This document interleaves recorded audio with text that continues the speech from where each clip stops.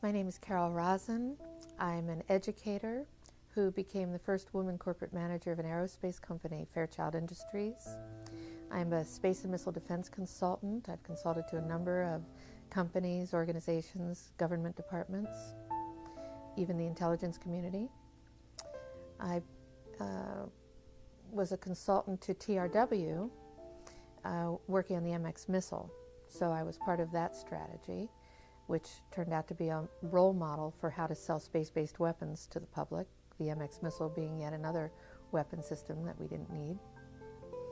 And I founded the Institute for Security and Cooperation in Outer Space, a Washington, D.C. based think tank.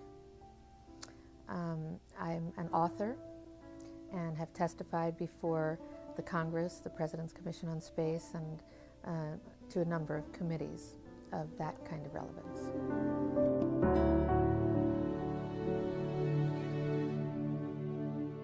When I was a corporate manager of Fairchild Industries in 1974 through 77, I met the late Dr. Wernher von Braun in early 74.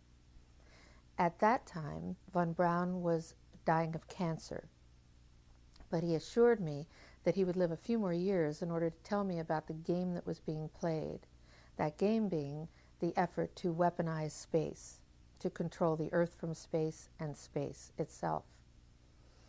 Von Braun had a history of working with weapon systems and had escaped from Peenemünde to come to this country and landed as vice president of Fairchild Industries when I had met him. Von Braun's purpose in life during the last years of his life, his dying years, was to educate the public and decision makers about why space-based weapons are a dumb, dangerous, destabilizing, too costly, unnecessary, unworkable, undesirable idea, and about the alternatives that are available. And as practically a deathbed speech, he educated me about those concepts and who the players were in this game, and gave me the responsibility, since he was dying, of continuing this effort to prevent the weaponization of outer space. He invited me to come up on the platform with him, and actually he's holding on to me in this picture. I'm trying to get off of the platform, and he's holding on to this, trying to make me laugh. He's telling me jokes. When Wernher von Braun was dying of cancer, he asked me to be his spokesperson, to appear on occasions when he was too ill to speak. And I did. And what he asked me to do was to educate decision makers and the public about why we shouldn't be putting weapons in space, why they're a dangerous, destabilizing, too costly, unnecessary, untestable, unworkable idea, and what the alternatives are, how we could be building a cooperative space system. What was most interesting to me was a repetitive sentence that he said to me over and over again during the approximately 4 years that I had the opportunity of working with him, and that was the strategy that was being used to educate the public and decision makers, and the scare tactics, the spin that was being put on a weapon system. And that was how we identify an enemy. The enemy, at first, he said, the enemy against whom we're going to build a space-based weapon system that he thought was a ridiculous idea, unnecessary and very dangerous, not to mention too costly, etc. The strategy that Wernher von Braun taught me was that first the Russians are going to be considered to be the enemy. In fact, when I met him in 74, they were the enemy, the identified enemy. We were told that they had killer satellites. We were told that they were coming to get us and control us, the dirty commies, that whole story. First, the Russians were the enemy against whom we're going to build space-based weapons. Then terrorists would be identified, and that was soon to follow. We heard a lot about terrorism. Then we were going to identify third world country crazies. We now call them nations of concern. But he said that would be the third enemy against whom we would be needing to build space-based weapons. And the next enemy was asteroids. Now at this point, he kind of chuckled the first time he said it. Asteroids, against asteroids we're going to build space-based weapons. So it was funny then. And the funniest one of all was against what he called aliens, extraterrestrials. That would be the final card. And over and over and over, During the 4 years that I knew him and was giving his speeches for him, he would bring up that last card. And remember, Carol, the last card is the alien card. We're going to have to build space-based weapons against aliens. And all of it, he said, is a lie. A lie. I think I was too naive to know at that time the seriousness of the nature of the spin that was being put on the system. And now the pieces are starting to fall into place. We're building a space-based weapon system based on a premise that is a lie, a spin. And Wernher von Braun was trying to hint that to me back in the early 70s and right up until the moment when he died in 1977. What he told me is that there's an accelerated effort in place. He didn't mention a timeline, but he said that it was going to be speeding up faster than anybody could possibly imagine. That the effort to put weapons in space was not only based on a lie, but would accelerate past the point of people even understanding it until it was already up there and too late. When von Braun was dying in front of me the very first day that I met him, he had tubes draining out of his side. And he was tapping on the desk telling me, "You will come to Fairchild." I was a school teacher. "You will come to Fairchild and you will be responsible for keeping weapons out of space." And the way he said it with the intenseness in his eyes, and added that very first day, the first time I met him, that space-based weapons were a dangerous, destabilizing, too costly, unnecessary, untestable, unworkable idea. And that the last card that was being held was the extraterrestrial enemy card. The intensity with which he said that made me realize that he knew something that he was too afraid to mention. He was too afraid to talk about it. He would not tell me the details. I'm not sure that I would have absorbed them if he had told me the details or even believed him in 1974. But there was no question that that man knew, and had a need to know, I found out later. There's no doubt in my mind that Wernher von Braun knew about the extraterrestrial issue. The very first meeting that I had with him in 1974, when he said to me, "You will be responsible for keeping weapons out of space. I'm dying of cancer and you have to take over for me." And when he explained to me the reasons for why weapons were going to be put into space, the enemies against whom we were going to build these weapons, and that all of that was a lie. And when he mentioned the extraterrestrial card, that extraterrestrials, aliens he called them, were going to be identified as the final enemy against whom we were going to build space-based weapons back in 74, the way he said it to me, there was no doubt in my mind that he knew something that he was too afraid to talk about. Wernher von Braun never spoke to me about any of the details that he knew, or might have known, or thought about related to extraterrestrials, except that extraterrestrials were one day going to be identified as an enemy against whom we are going to have to build an enormous space-based weapon system. Even though he didn't give me the details, however, the look in his eyes made it clear to me that he knew that there was something going on that was a big secret that he could not divulge. Wernher von Braun actually told me that the spin was a lie, that the premise for space-based weaponry, the reasons that were going to be given, the enemies that we were going to identify, were all based on a lie. I've been tracking the space-based weapons issue for about 26 years. I have debated generals, congressional representatives. I've testified before the Congress and the Senate. I've met with people in over 100 countries. And I have not been able to identify who the people are who are making this space-based weapon system happen.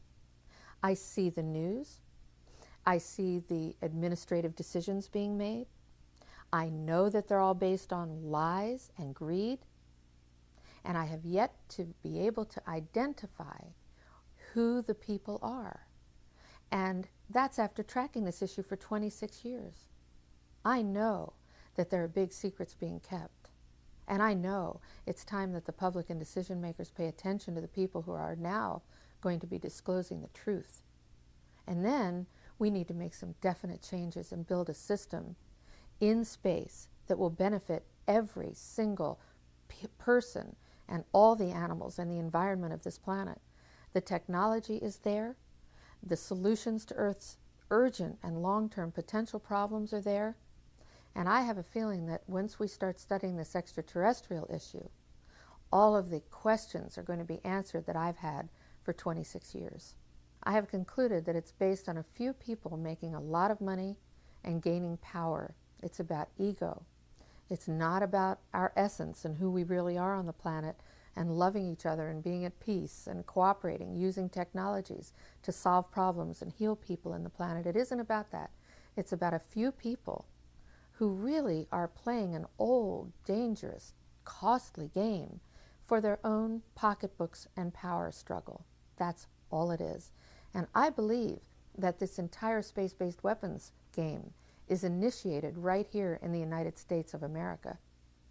And what I hope is that with the new administration, I hope that this information that's being disclosed will allow the new administration to do what is right, which is to transform the war game into a space game, so that we use the technologies that are available, not just as spin-offs of war technology, but as direct technological applications to building a cooperative space system that will benefit the entire world and that will allow us to communicate with the extraterrestrial cultures that are obviously out there. I helped to start the movement to prevent the weaponization of outer space. I founded the Institute for Security and Cooperation in Outer Space in Washington, D.C., which was a think tank with an action component. We studied this issue of who was going to benefit from building a space-based weapons program, which is merely an extension of the Earthbound war game. Of course, the next highest frontier, the high ground, is outer space. So it's a very natural place for those who play in the war game, who benefit from it, to go into outer space with their weapons. Who would benefit from it are the people who work in that arena. That's people in the military, in industries, in universities and labs, in the intelligence community. And this is not just in the United States, it's worldwide. This is a worldwide cooperative system. Wars are cooperative, just as peace will be when it breaks out. But right now, there are a lot of people benefiting. This is what our economy has been based on in this country and spreading around the world. War. And people suffer as a result. It's not fair. It never has been. People have screamed for, let's build out of swords, let's make plowshares, let's have peace and hold hands around the world, but it hasn't worked because too many people are benefiting. Not only are they benefiting financially, but from what my experience is, there are people who actually believe that Armageddon should happen, so we have to have these wars. So it's going from the pocketbook to the religious right. Some people who actually believe that we have to have wars for these religious reasons. And there are people who just love war.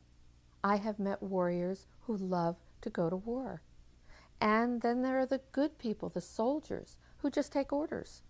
And they have to feed their children and send them to college. So they want to keep their jobs. People in laboratories have told me they don't want to work on these technologies for war, but if they don't, they won't get a paycheck. Who's going to pay them? And what I see is that there are not only dual uses for these technologies, but there are many uses for the same technologies. And once people start to learn, as we learned about the bomb, they start to learn about what's in outer space, this place above all of our heads, this common place above all of our heads in which we can travel, we can build space hospitals, schools, hotels, laboratories, farms, industries. It may sound far out, but if we don't do that, we're going to build battle stations and weapons pointed down all of our throats and into space. And apparently, we've been doing some of that already. So we have a choice now that can be made. We can all benefit all the people in the military-industrial complex, in the intelligence community, in universities and labs, in the United States and all over the world, we can benefit. We can just transform that industry so easily with just a decision based on our highest consciousness, on our spirituality, and on the fact that we have no choice unless we all want to die, and we don't. Not yet, anyway. So now we can all benefit financially, spiritually, socially, psychologically, and it's technologically and politically feasible to transform this game now, and everybody will benefit. In 1977, I was at a meeting in Fairchild Industries in a conference room called the War Room. And in that room were a lot of charts on the walls with enemies, identified enemies, names that people had never heard of, names like Saddam Hussein and Gaddafi. But we were talking then about terrorists, the potential terrorists. No one had ever talked about this before, but this was the next stage after the Russians against whom we were going to build space-based weapons, these terrorists. And I stood up in this meeting and I said, excuse me, why are we talking about these potential enemies against whom we're going to build space-based weapons if in fact we know that they are not the enemy at this time? And they continued the conversation about how they were going to antagonize these enemies, and that at some point there was going to be a war in the Gulf, a Gulf War. Now this is 1977.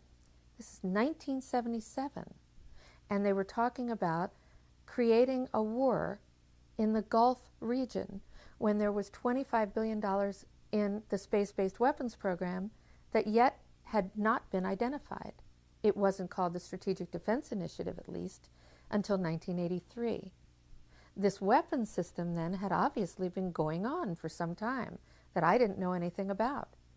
So I stood up in this meeting in 1977 and it said, I'd like to know why we're talking about space-based weapons against these enemies. I'd like to know more about this. Would somebody tell me what this is about?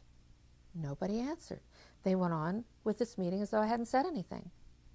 And suddenly I heard myself stand up in the room and say, if nobody can tell me why you were planning a war in the Gulf when there's a certain amount of money in a budget so that you can create the next set of weapon systems that will be the beginning of the sell to the public about why we need space-based weapons, consider this my resignation, and you will hear from me again.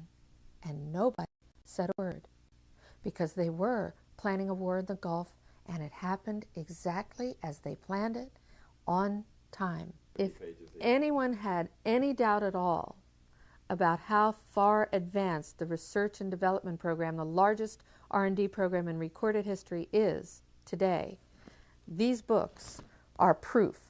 This is the National Missile Defense Deployment Environmental Impact Statement, but it comes in 4 huge volumes, and they're being sent all over the country, maybe even to different parts of the world, to our allies. There were lists on the wall of identified enemies against whom we were going to build space-based weapons. They were also talking about the plans to create the Gulf War, and that's when the Gulf War was first being planned, back in 1977. Who was at this meeting?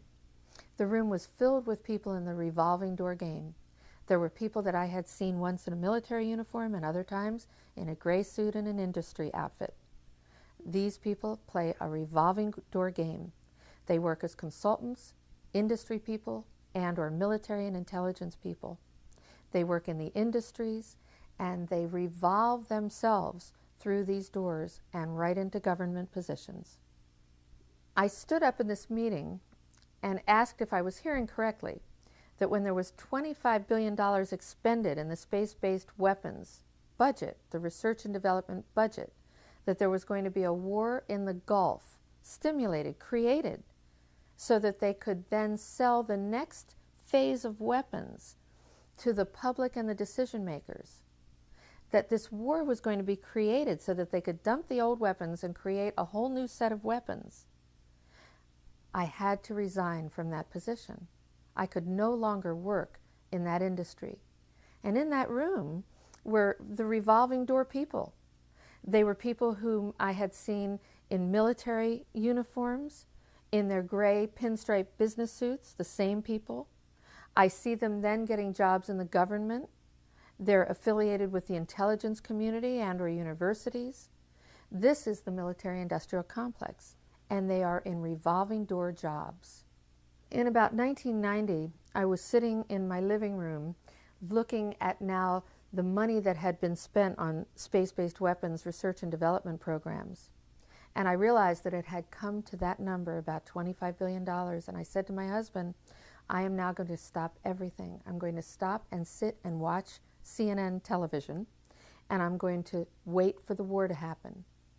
And my husband said, well, you've finally gone over the lid. You have flipped out. Friends said, you have really gone too far this time. There is not going to be a war in the Gulf. Nobody's talking about a war in the Gulf. And I said, there's going to be a war in the Gulf. I'm going to sit here and wait for the war in the Gulf. And it happened, right on schedule.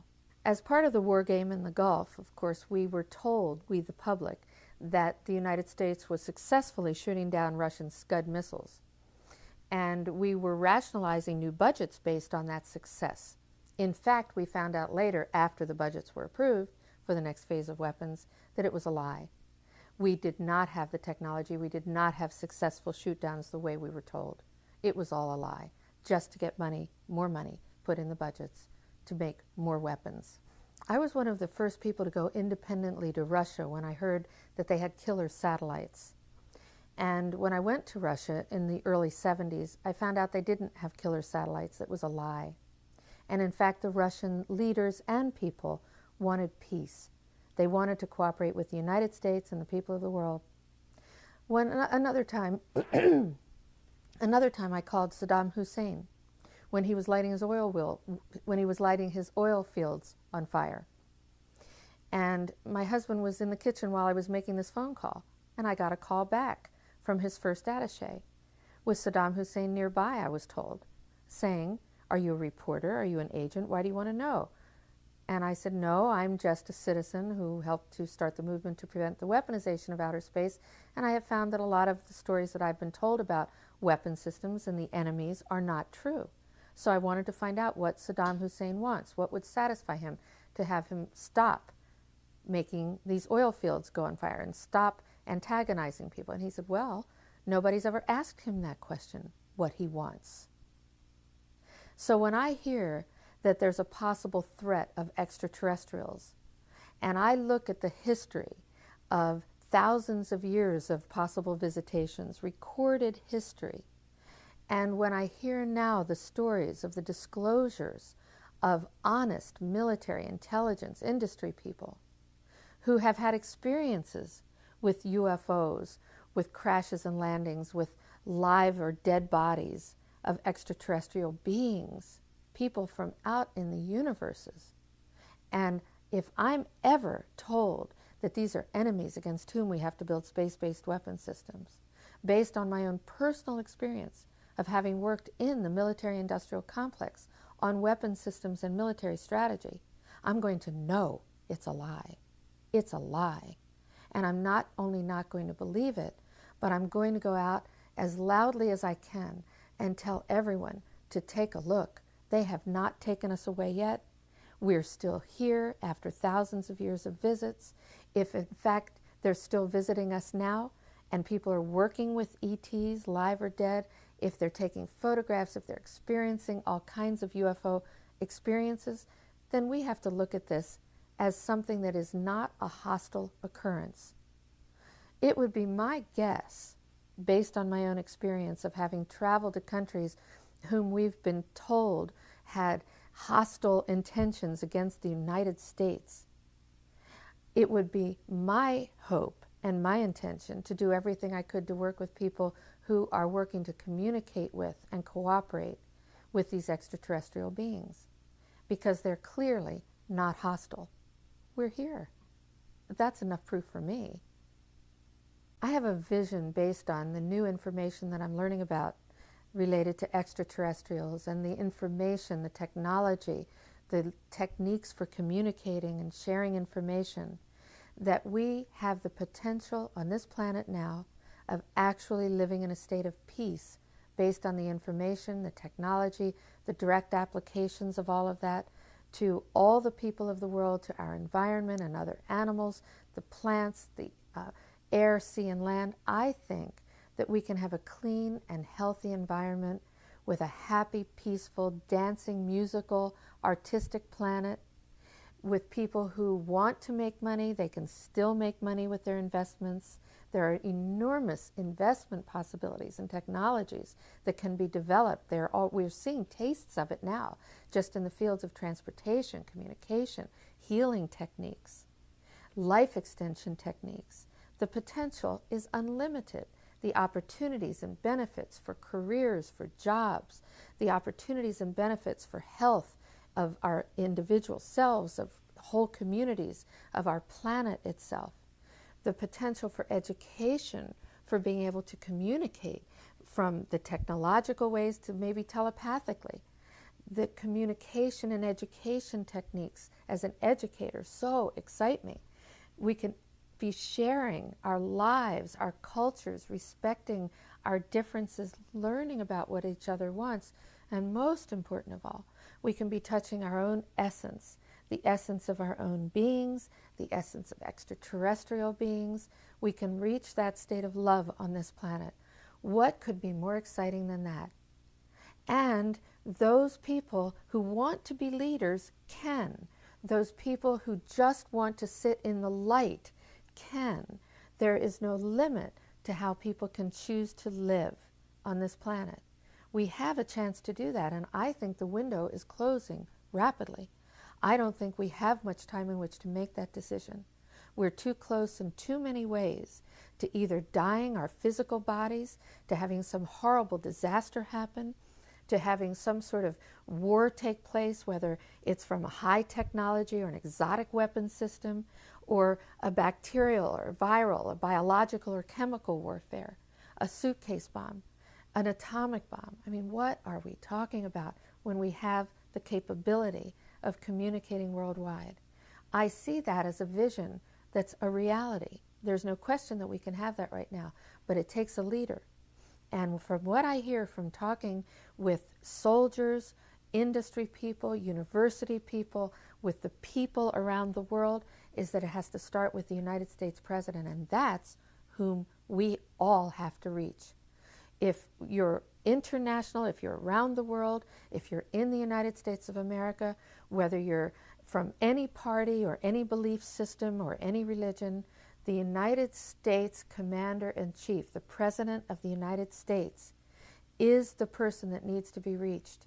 And we need to say that we want an ultimate, comprehensive, verifiable ban on all space-based weapons, including exotic weapons that we have yet to dream about. Wernher von Braun gave me the assignment of preventing the weaponization of outer space from happening. But what he said to me over and over again was that his real concern, his greatest concern, was about psychotronic weapons. Did he discuss what those were? No. He didn't discuss what they were, but he repeated over and over to me that this was the real concern. This is what we should really be concerned about. But he would add, the public, however, won't understand that yet. So let's just call for the ban on space-based weapons. That can be understood, it can be measured, it can be done. And once you have a ban on space-based weapons, you've put a lid on the arms race. People have become aware, they've become connected consciously, and they will begin to understand that there are alternatives. But his real concern, the biggest concern he had, was about the psychotronic weapons. Those are mind-controlled weapons, mind-controlled people or technology. Very dangerous weapons. The first big speech that I gave for Wernher von Braun was in July of 1974. It was soon after I had met him, just a few months after I had met him.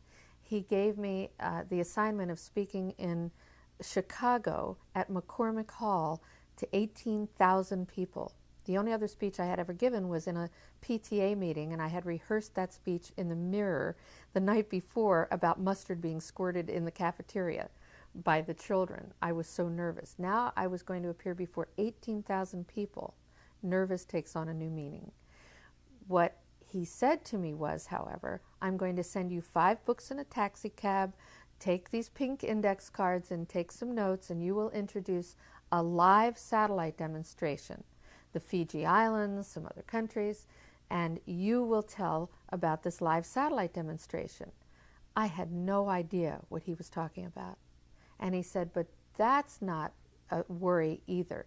Don't worry, you don't have to really read all of these books because I'm going to transmit the speech to you. And I said, how are you going to transmit the speech to me? You're going into the hospital. And he said, I'm going to transmit it as though you're talking on the telephone. Well, I memorized the best I could these little pink index cards, and I got up on the stage. There were 18,000 people in front of me. There was a podium with my picture on it. I had to put my hand over the screen. I had no idea what I was going to say because I couldn't see the pink index cards because I was perspiring and it was dripping down my face. When suddenly I heard in my left ear Wernher von Braun talking to me like he was talking on the telephone.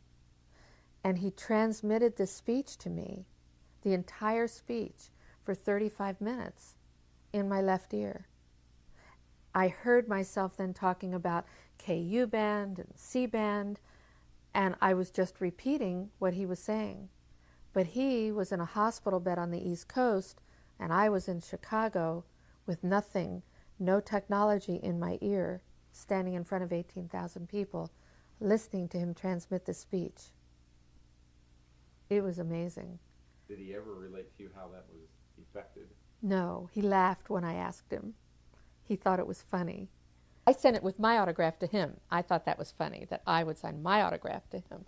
But he sent it back now with his, and he says, to Carol Sue, this time it was my turn, Wernher von Braun. When Wernher von Braun transmitted into my left ear this entire speech from the East Coast to Chicago, it became very obvious to me that we humans have absolutely no idea except what we're told by people who are making money on the next levels and phases of technological developments, that we are purchasing as consumers what is possible. We have barely touched the tip of the iceberg of what the mind is capable of creating. And we create all of these technologies, including our own attitudes, our own philosophies in life, our ways of behaving and relating to people, our choices that our minds, our egos create. That became very clear to me as I started actually integrating the fact that he had transmitted the speech to me and it was real.